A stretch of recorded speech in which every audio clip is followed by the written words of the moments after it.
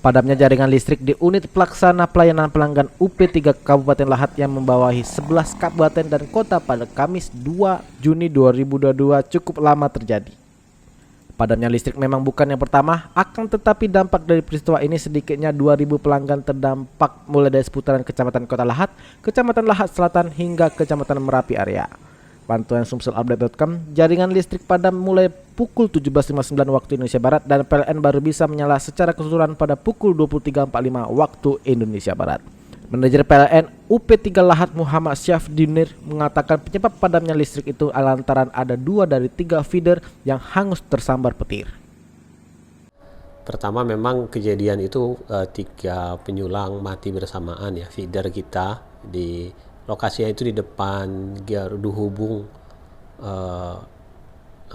Lembayung ya, di dalam kota ini.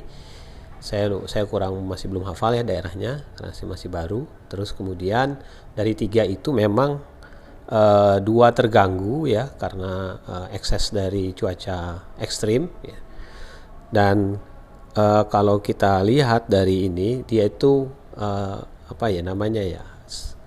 keterbatasan ruang ya. Mungkin nanti saya bisa share untuk foto-fotonya ya. Keterbatasan ruang sehingga dia memang dan kesulitan yang cukup tinggi ya, dan juga masih ada hujan.